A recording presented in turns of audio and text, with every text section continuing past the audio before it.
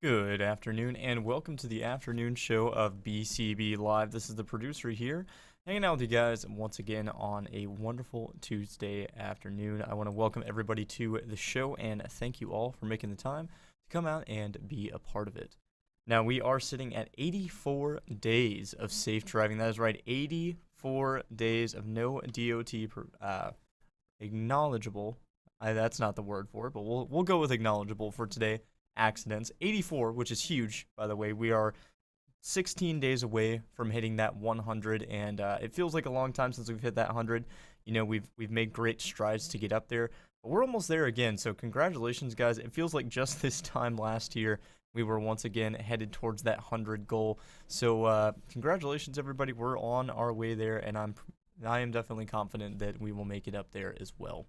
We are also sitting at 25 days of getting out and looking.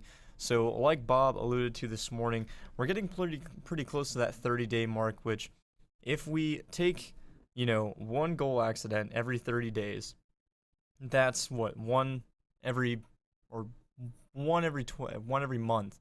And that's pretty much nothing compared to the one every week. Not that we should have goal accidents happening all the time, but still a testament to how you guys have been improving and the big strides that have been going on, being done by you guys out there on the road. So thank you for what you do, and thank you for keeping us safe and keeping others safe as well. Now, we've got a lot going on in the news today. I'm sure everybody has kind of had their ear to the ground with what's going on, but good to go over it anyways. And before we get into anything too big, let's go over some kind of interesting stuff first. So Mars is a pretty hot topic as of late. We've been having many people such as, Tesla and everybody trying to go up to Mars to see what we can do about it. So NASA has actually started taking applications for participation as a crew member during a 1-year analog mission in a habitat to simulate what it would be like to be on Mars for a Mars mission. Now, this is set to begin in fall of 2022, and the series of missions known as the Crew and Health Performance Exploration Analog, which is just a fancy way of saying that they're going to build a base here on Earth to simulate what it would be like to live on Mars, is being made in preparation for real-life challenges of future missions to Mars. Now, this, of course, includes 3 1-year Mars surface simulations based at the NASA Johnson Space Center. The support will research development methods and technologies to prevent and resolve potential problems on future human spaceflight missions to the moon and also to Mars. So each of these missions will consist of 4 crew members living and working in a 1,700 square foot module that was 3D printed, called the Mars Dune Alpha. The habitat will simulate the challenges of a mission on Mars, including resource limitations, equipment failure, that's a fun one, communication delays, and other environmental stressors. Crew tasks may include simulated spacewalks, research, use of VR and robotic controls, and exchanging communications. They are currently looking for healthy, motivated U.S. citizens or permanent residents who are non-smokers, age 30 to 55, and proficient in English for effective communication between crew and mission control. They are also saying that you need a master's degree in a STEM field, such as engineering, mathematics, or biological, physical, or computer science from an institution with 2 years of professional STEM experience, or a minimum of 1,000 hours piloting an aircraft. So pretty strict things here in order to even get involved in this mission. We are seeing quite a bit of kind of parameters put onto it here on the mission. So not something I could ever do. I'm definitely not a STEM major, in case you could not tell. But it is interesting to see that they are allowing civilians to kind of go in and walk on to what could be the future of humanity. Now, to get into some more serious news, some more interesting news, we did see the passing of the infrastructure bill in the Senate today. The $1.2 trillion infrastructure bill did pass today, and it is going to mandate a few things for truckers that were previously approved by the House and will likely make it into the final bill. So it was approved with a vote of 69 to 30. and is the first infrastructure bill passed by the Senate in decades. So this is a pretty big step. It is a bipartisan passing, which I think is really cool. I think we need to kind of cut our differences aside and put the betterment of the country ahead of us, and maybe not be so obsessed with that kind of stuff. So it's cool to see a large amount of bipartisan support for this bill. So cutting out all the fat and getting to what's going to affect the truck-centric part of the bill and what's going to really affect this industry. Among some of these provisions included in the Senate bill that were previously approved in the House are new regulations for rear and side underride guards, some regulatory guidance on how truck brokers and truck dispatchers operate, mandates for automatic emergency braking in new trucks that was not necessarily expounded on. There is a 2,700-page bill that you can read through, which I have not taken the time, obviously, to go through. So I'm going to see what that entails for a later show so that we can really get down to what that means. And then, of course, establishment for a truck leasing task force. Now, the bill also includes an apprenticeship pilot program for truck drivers under the age of 21. This is with the intent of establishing new regulations allowing drivers 18 to 21 to haul that interstate commerce. Drivers under 21 currently can only haul freight in the state in which they are registered, but with the passing of this bill, they are hoping to have an apprenticeship program which will allow those drivers to do interstate commerce. Now, I know we mentioned a little while on a show a few days ago about the ATRI wanting to expand their program in order to involve those younger drivers so that they could train them on that interstate commerce. While I do think it serves as a risk putting some of these younger drivers on the road, I think it will really benefit the industry to get these younger people in and familiar with trucks and familiar with the routes and familiar with things that you guys have to see every day out there on the road. I know that we have mentioned it before, but a lot of times we'll get out of school, and if we don't have any prospects yet, we'll go into something completely different. But I think bringing some of those people into the world of transportation would actually do better for the industry in the long run. While we may see a lack of experience initially, I think as we put time and we invest that attention into a younger driving force, we will see a better industry as a whole down the line. So I think this is a good thing overall.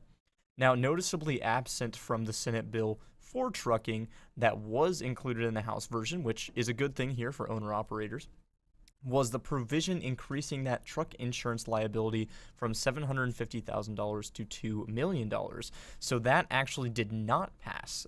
So the truck insurance liability is going to stay at that $750,000 mark and not $2 million. So that is something that did not pass, which is a good thing, I think, and something that really shouldn't have been in there to begin with. Now, in addition, the bill did not include a review of the hours of service regulations that went into effect back in September 2020, nor did it have a provision for new screening requirements for drivers with obstructive sleep apnea, both of which were in that House bill. Now, we are going to see it move to the House, which there is conflict between the Democrats, progressive, and moderate wings over how to handle the bill, as moderates want an immediate vote on the Senate bill, but the other side, the progressive side, wants the speaker to stick by promises and pass a reconciliation bill before considering the bipartisan bill. So hopefully that will get figured out and the kinks will get worked out, and we can see how that goes and, helps out the industry and really the infrastructure that we have as a whole. I believe we're going to break down the entire bill tomorrow morning on the show. We'll really go into the nuts and bolts as to what that's going to help out. They are going to interject about $550 million of that new funding into expanding and maintaining roads and bridges, and a 5-year reauthorization of the DOT's highway and motor carrier safety programs. So definitely a lot of money going into safety and the kind of rebuilding of our roads. So I know that just Texas itself, I was reading an article a bit earlier, showed that just Texas was receiving some odd amount of billions of dollars to improve its infrastructure. So we're going to see a massive change over the next few years in terms of rebuilding. And while we may see a lot of construction at first, I think it's going to be good for our country as a whole. We're going to see a lot of better roads, hopefully more attention to things such as that I-40 bridge that we have talked about quite a bit, and noticing cracks and filling those in. In fact, there was actually a hotel in Florida that just got called for being unsafe. I know that we had the almost implosion of the tragedy that happened in Florida about a month or two ago, with the hotel falling. So things like that are going to be noticed more with this bill. They are going to do more checks and more provisions on safety in regards to everything infrastructure. So this is really big news for that, and I personally am looking forward to seeing how much everything will be affected by that.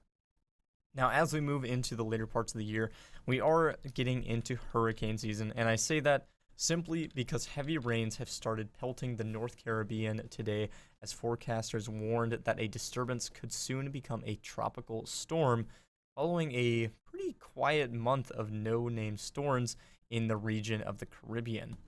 Power outages have already been reported in Puerto Rico, where Luma, the company in charge of the U.S. territory's transmission and distribution systems, warns that those who depend on electricity for medical devices need to activate emergency plans. The disturbance, labeled the potential tropical cyclone, was centered about 150 miles, southeast of Ponce, Puerto Rico, according to the National Hurricane Center in Miami. It had a maximum sustained wind of 35 miles per hour with, of course, higher isolated gusts, and the tropical storm has maximum sustained winds of at least 39. So the tropical storm warnings have already been in effect for the Virgin Islands and Puerto Rico for quite a while now. Forecasters have been expecting the potential cyclone to become the sixth named storm of the Atlantic hurricane season as of today. Government agencies will close by noon in those areas on the end of today, and officials noted that some gas stations have already closed after running out of fuel. Some other places in that region, such as the Dominican Republic, Haiti, and parts of the southern Bahamas, could get hit on Wednesday, and people in Florida were urged to monitor updates, as forecasters says it remains uncertain where the storm could move by later in the week. So we'll keep you guys updated, of course. This is the only article that I could find on that. However, it was updated today. The storm is expected to produce rainfall of about 2 to 4 inches over those islands, with up to 6 inches in some areas, which of course could lead to some mudslides and flooding. So again, we'll keep you in the loop on that. Hopefully it doesn't develop into anything too strong and kind of fizzles out before it hits the coast. But again, we will keep everybody in the loop on that. And before we get going on everything, we do have a wonderful, wonderful phrase that pays that I believe we owe everybody here in the call, as it's not Thursday yet. So the phrase that pays this week is, "Don't stress when traffic's a mess. Slowing your roll is good for your soul." And one more time, that's "Don't stress when traffic's a mess. Slowing your roll is good for your soul." Welcome to Rapid Fire. Today we are joined by Riley.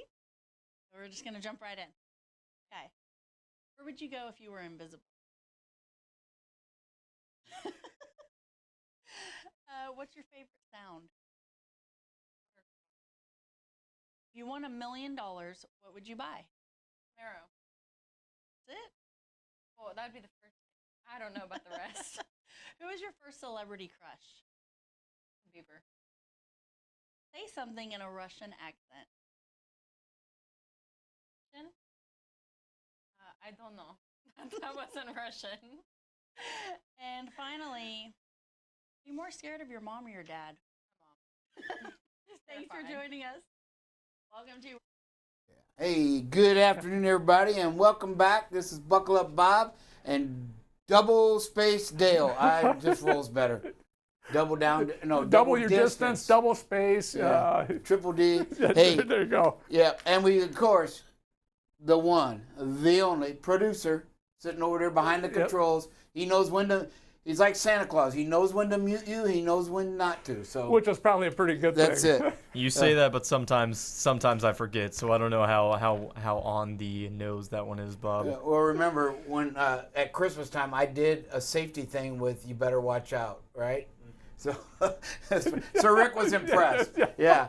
So again, it was pretty neat how I was able to put words in there. So I actually have a knack for that. My wife laughs all the time because we'll do something and I'll, there's one I forget what her name is, but she says I think about Elvis, the Beach Boy, right?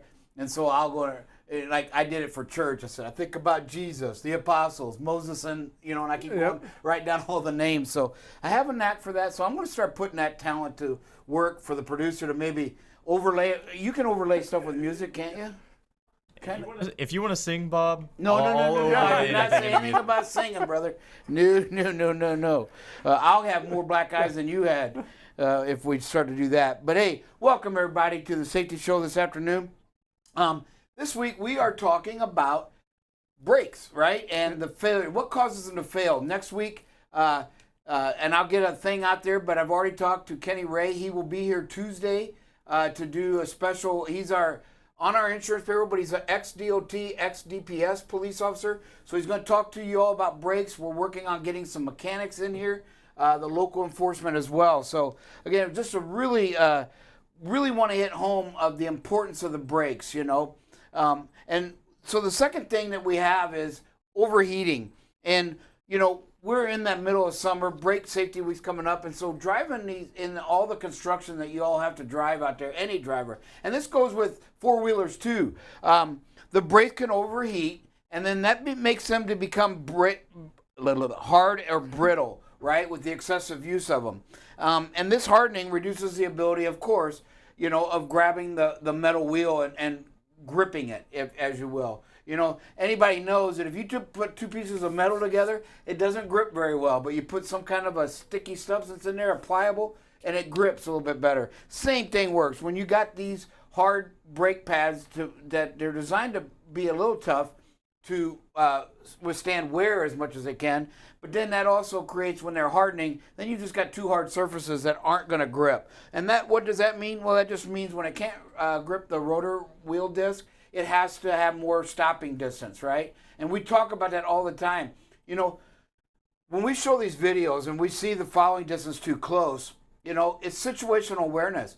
What we're giving you is all the things you have to think about, and it's just not that moment of speed and space and what can go wrong in that car, right? Or your vehicle. It's about all the mechanical parts that are working together in conjunction to keep you safe on the road. And if you don't do good pre-trips, right? Yeah, you stop and think. When we say following distance, speed is a factor, weather is a factor, traffic's a factor. Now you go to the equipment. Did you do a good pre-trip? Only you know that, right? How confident are you that the brakes pads are good, that the tires are good? Not all of them in there. And when we say 6 seconds following distance, that's in perfect conditions. So we just given 7 or 8 variables that may not make it personal lost the thought, sorry. But may not, variables that doesn't make it safe that weigh into that following distance. Yeah. So, hey, we've got to do good pre-trips. And again, as we change the culture, we're trying to change the culture just by asking drivers and everybody to be a part of it and to make that change.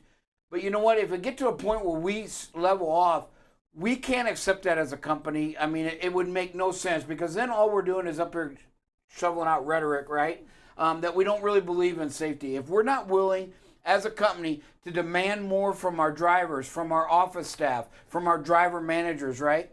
HR, if we're not willing to do that, then we can't ask our drivers if we're not leading. We have to lead by example, and that's going to ruffle a few feathers along the way.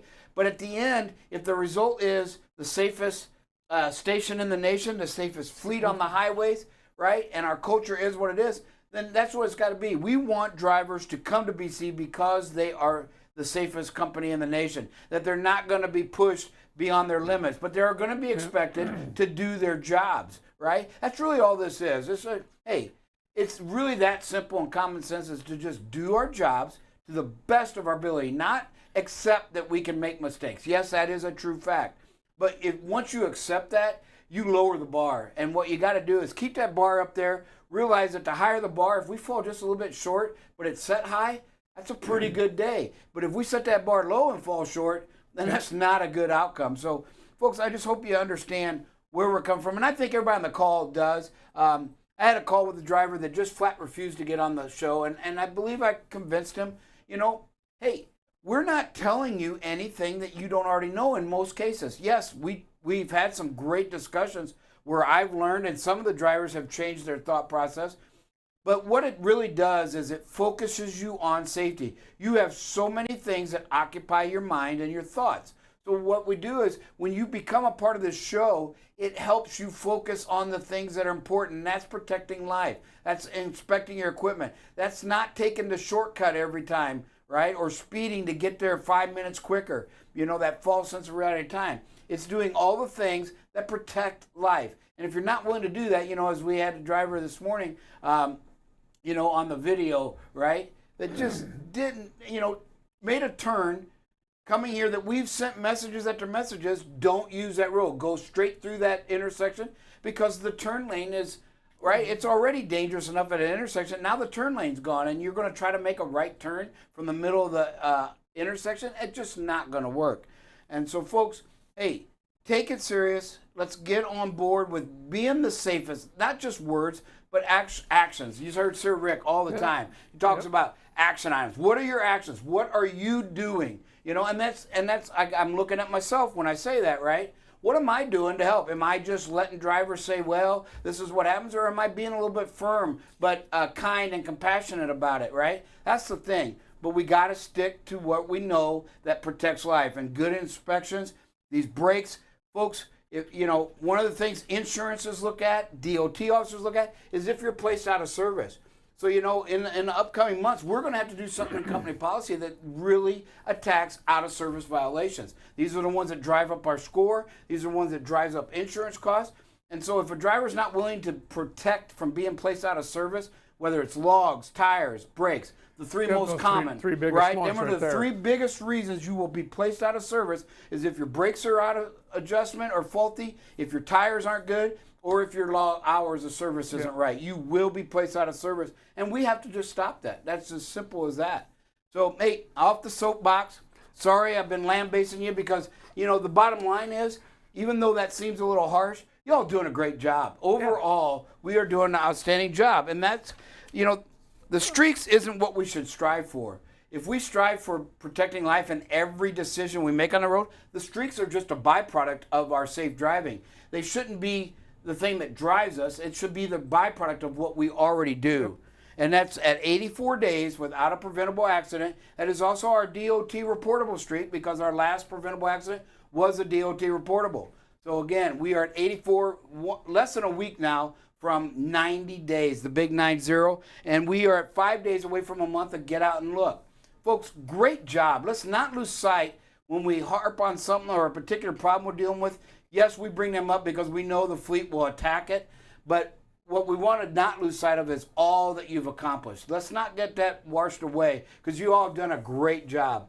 And with that, we'll take a little break and be right back with some weather.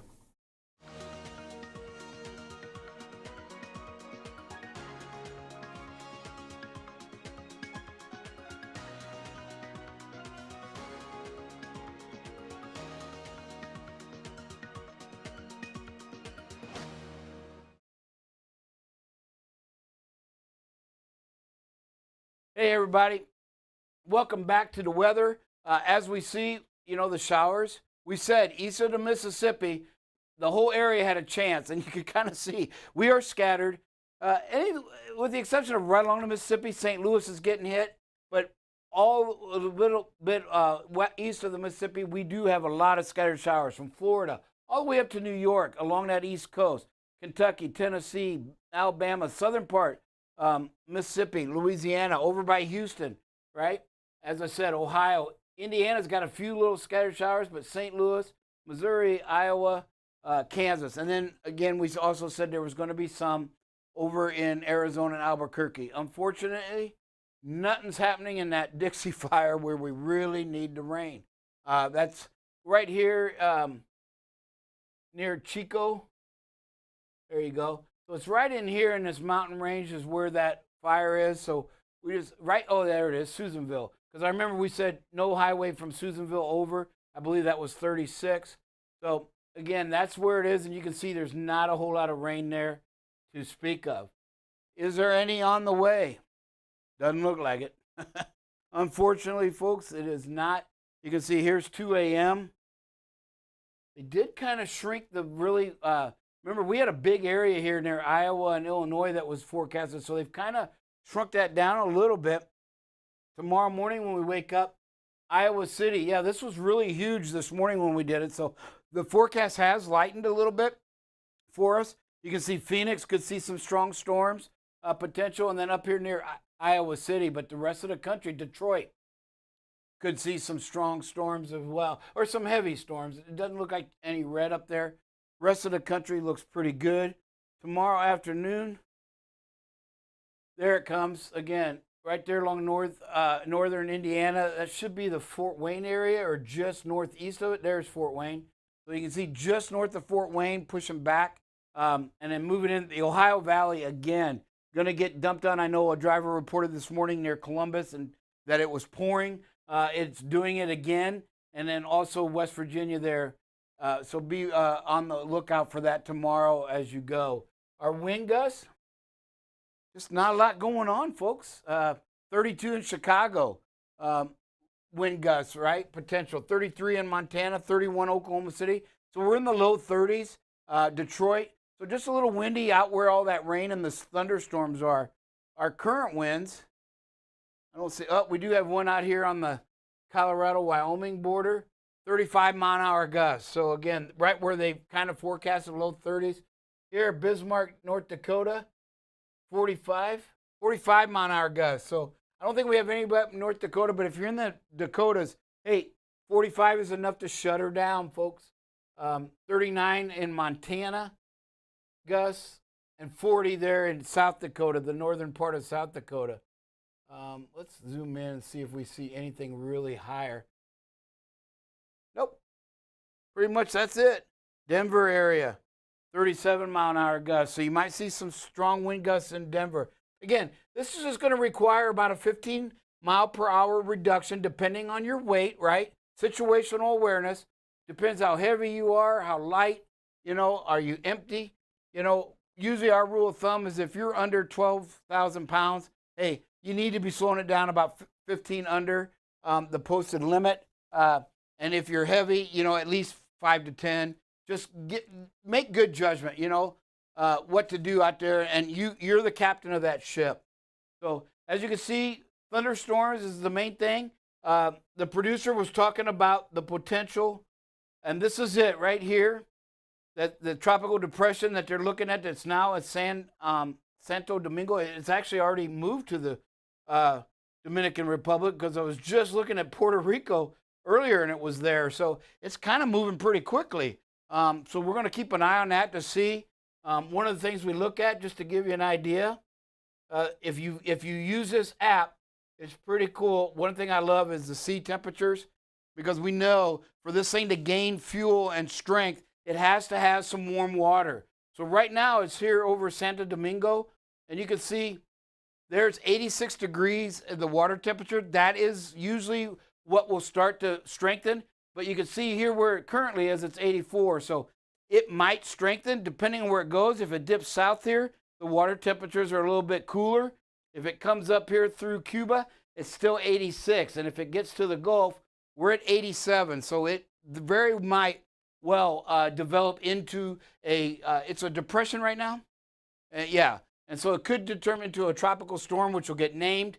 And then if it pushes into the Gulf, we could see it maybe turn into a small hurricane. We'll have to keep an eye on that for you all as we go through. But if you've got this app, that's one of the key things that I've learned over the years when we've done this weather and listened to the Weather Channel is it needs that warm water and plus the atmosphere as well. But it needs that warm water to sustain its energy or to increase. So, and as you can see here, even in the Bahamas, 87. So the water temperatures are warm enough to give this thing a little bit of a punch possibly. So we'll keep an eye on that for you all.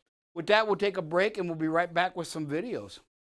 Rapid fire. This time we are going to be Corey, welcome. Hello. Are you ready for this? Yes. Yeah. Okay, no pressure. We're going to jump right in. Okay. What's the best age? Um, What's for dinner tonight? taco salad. I Do you respect Kanye West? know much about the guy, so sure. Is double dipping at a party ever acceptable? No, it is not. Rat soup? I used to have one as a pet. You had a rat. I did. I had two actually. Have you ever slapped someone in the face? Yeah. Ask permission or beg? Food. Name a word that starts with the letter K. You were really hungry. Eat a bug. Ooh, I would have to be really hungry. I really hate bugs. And lastly, how long can you hold your breath for? I feel like 30 seconds. Thank you so much for joining us. You're welcome. All right, welcome back. Welcome back to Where Were You When We Had Our Last Fatality?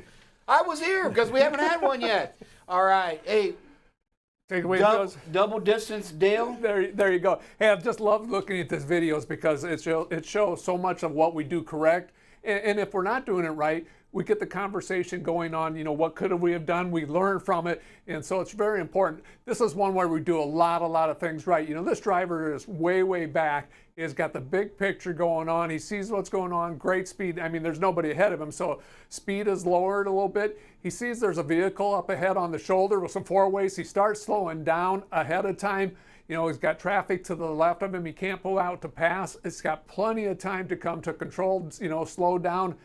Just a great job and everything. Doesn't get in a hurry to pull out and pass. You know, if he's looking at it here, he probably could have got out and passed, but that would have impeded traffic. So nice job, driver. Just really a good job here. Yeah, we see the four ways are flashing there in the video. So added in distress. Yeah, and so this one, you know, what we're looking at here, it gets passed and we start to build speed. The reason I put this one on is because we go past that speed limit sign. It says 65, and our truck's doing 60 when we get past it. So just really, you know, we talk about the importance of it, and we add one more layer today. You know, with the brakes, are your brakes in good condition? You know, what's your stopping power? So, you know, it's all the more important to watch that speed. You're going into construction zone. Again, driver does a nice job. Way to manage that speed. Yes, outstanding job. You know, this one here, we got a little conversation this morning. You know, to me, it looks like we're racing to the green light. He jumps, we jump off on that on-ramp, and we're actually picking speed up until we get up to the green light. Then we have that hard brake to make it. You know, if you got to race it to the green light, those few minutes or that few seconds that you gain by doing it aren't going to be worth it in the end. So manage your speed, manage that stale green light. You know, we don't know how long it's been green. It could get there, so it's no reason to race to it and then have a hard break once we get there. Yeah, and you know what? A driver coined a phrase earlier, and I like it because I don't like the term point of no return. But our driver issued the statement, the point of commitment, right? Yeah. And as you can see in this video, if we're picking up speed, then we're committing to this turn way back here. That's too early, right? You don't have that option to assess potential dangers. So again, I love that term, point of commitment. Let's shrink that window of point of commitment to the turn. And that's what we're doing. And you do that by slowing down at these lights, not by picking up speed. Great video. Yeah, here's another great video. I love it. Our drivers, you know, got the big picture looking at that. We got plenty of speed or following distance, which is great because there's really no outlet. We got guardrails on both sides of the road there, so if anything goes wrong, the outlet is in front of you, and so he's protecting that space in front of him. Just a nice job of getting the big picture, slowing down ahead of time. Recognizes this vehicle is going to turn, you know, plenty of space between them. Just a super job.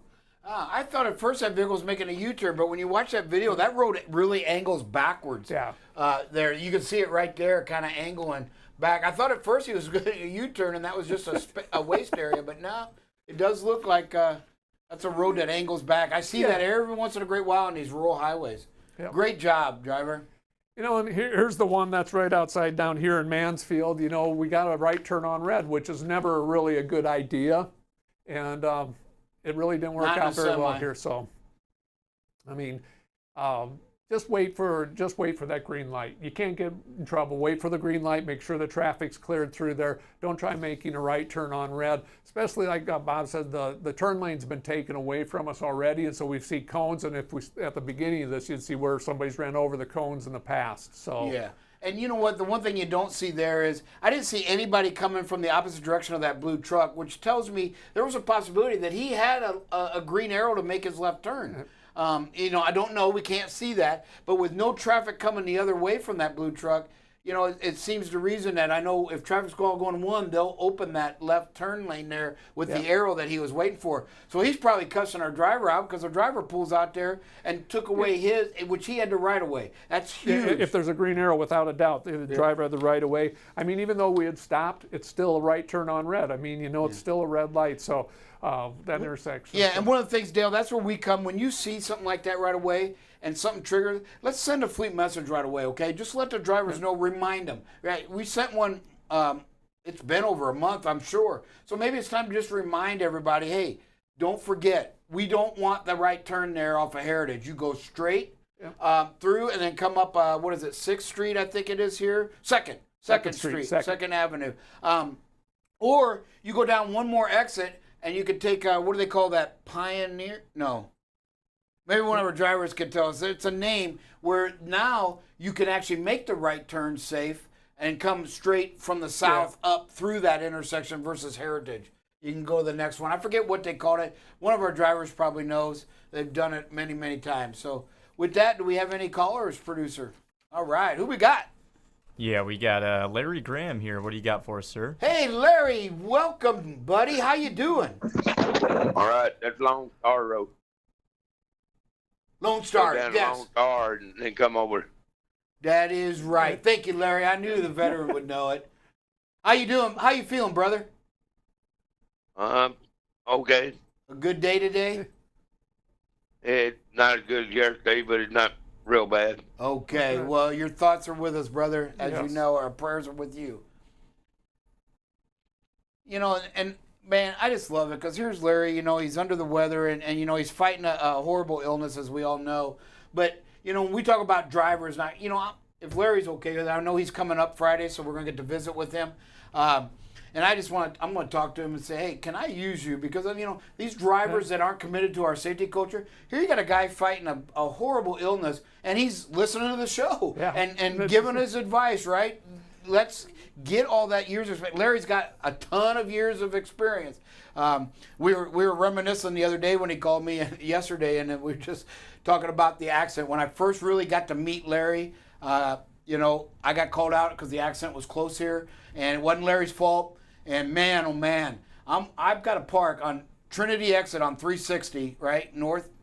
And I was like, this is dangerous. I mean, I was afraid to get out of the car because there's no shoulder, right? And traffic just doesn't slow down. There's just been an accident and nobody's slowing down. And I got up to Larry, I said, man, this is dangerous, right? So we laughed about that a little bit and the fact that we got the kid to admit that, sign a paper that it was his fault. So, you know, turn that into the insurance. But it was just, that is a dangerous area to be having an accident. People just don't slow down. Who else we got? Yeah, Jeff Marsh, what do you got for us? Mr. Marsh. Yeah, that light, it gets an arrow before anybody else can take off. So that's why you didn't see no traffic. He did have the arrow from the way the video looked. So when if you're coming from the yard and you go out to that light, you get that arrow first. Where a lot of intersections that they let all the traffic go and then they let the left turn people go. That one actually does have the left turn first, and then Larry stole my thunder. I was actually going to tell you that the street of that name is the nickname of Texas, and then but Larry kind of stole my thunder. I let him have it and everything. So that's all I have. Thank you, Jeffrey. Thanks, Who else Jeff. we got? Nobody? Hey, everybody. You know, great job. Again, please don't get bogged down if we have an afternoon or a morning where we're passionate about something, all right? And just understand that is passion. That's not anger. That's not mad. It's not always frustration. it's just one of those things where, you know what, it's time to, you know, what I always say, tell my wife, you know, I can't always just pat you on the back. Sometimes you need a kick in the butt, right? And I need it too. Don't get me wrong. Sometimes it's good to be friendly and nice and professional, but sometimes you just need a swift kick, and it doesn't hurt, right? It just means, hey, come on, Alan Arnold is great at that. I think one time he was frustrated over something, and his fiance slapped him upside the head, not literally, but with some words of wisdom, you know, and he's like, I had to listen to that, right? It just eye-opening, and that's what I'm talking about. Not that we're physically going to kick you in the butt, but hey, great job. Keep it going. Yep. Tune in tomorrow. Let's get ready. Really focus on your brakes. You can start now. If you start getting in the habit and finding things to check on those brakes, look at those pads. Let's get them all ready to go. The more we do now, the less headache we're going to have in 2 weeks. God bless each and every one of you. We will talk with everybody tomorrow morning.